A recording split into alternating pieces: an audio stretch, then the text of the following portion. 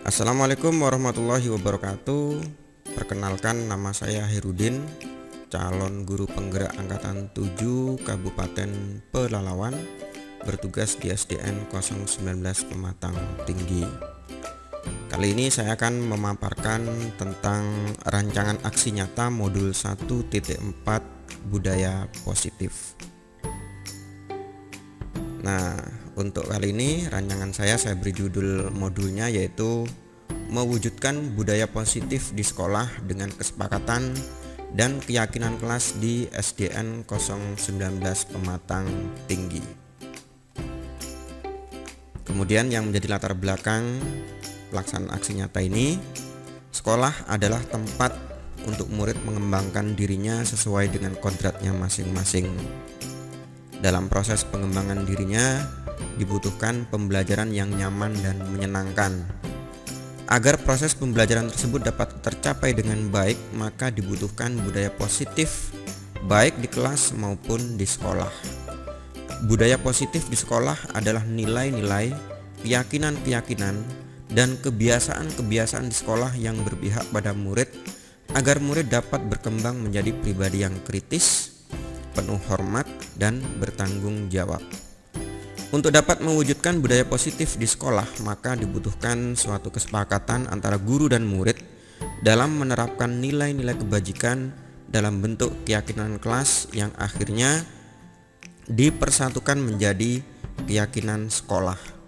Keyakinan adalah nilai-nilai kebajikan universal yang disepakati secara tersirat dan tersurat lepas dari latar belakang suku, negara, bahasa, maupun agama.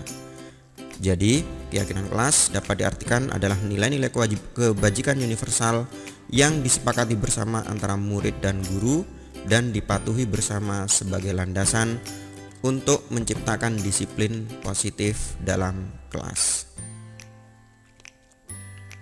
Kemudian tujuannya adalah yang pertama, mewujudkan budaya positif dengan membangun disiplin positif melalui kesepakatan dan keyakinan kelas. Tujuan yang kedua adalah membuat kesepakatan kelas kemudian menyusun menjadi keyakinan kelas. Tujuan yang ketiga, mampu memotivasi murid dari dalam dirinya untuk disiplin diri sesuai dengan keyakinan yang disepakati bersama.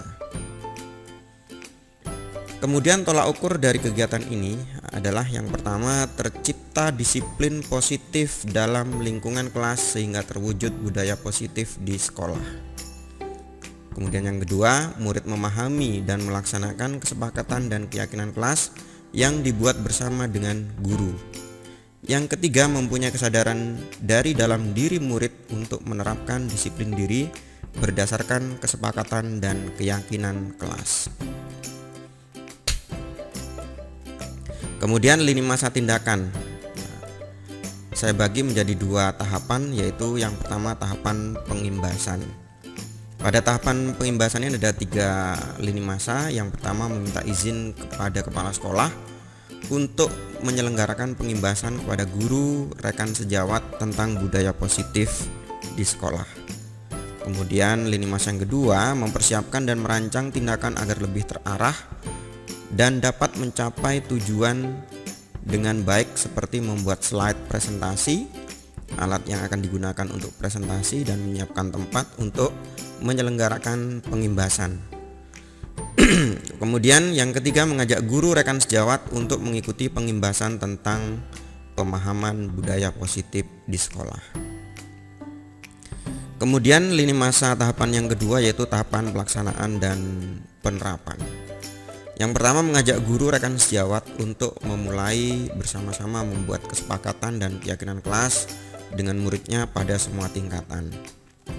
Yang kedua, mengajak murid untuk berimajinasi tentang kelas yang bagaimana yang mereka inginkan agar proses pembelajaran menjadi nyaman dan menyenangkan.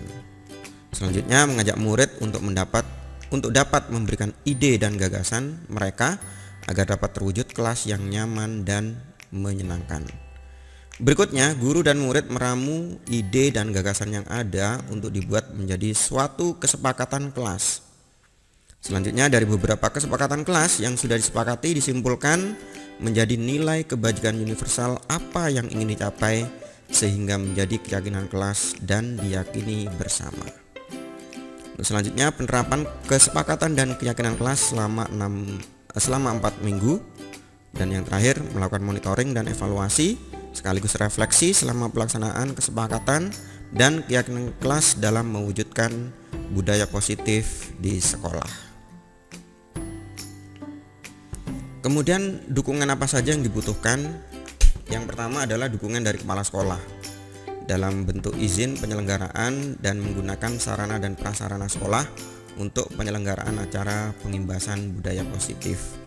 Kemudian dukungan yang kedua adalah dukungan dari rekan guru sejawat dalam bentuk kerjasama dan kolaborasi dalam pelaksanaan kegiatan pengimbasan dan penerapannya untuk mewujudkan budaya positif. Dukungan yang ketiga yaitu dukungan dari murid berupa respon positif terhadap hal-hal berupa ide, gagasan, dan pendapat untuk mewujudkan budaya positif di kelas dan di sekolah. Kemudian dukungan yang keempat adalah dukungan dari orang tua murid dalam bentuk motivasi, kolaborasi, komunikasi, dan persepsi tentang budaya positif di sekolah. Demikian tadi rancangan aksi nyata untuk modul 1.4. Mudah-mudahan bisa terlaksana dengan baik apa yang sudah direncanakan. Terima kasih atas perhatiannya. Salam dan bahagia. Wassalamualaikum warahmatullahi wabarakatuh.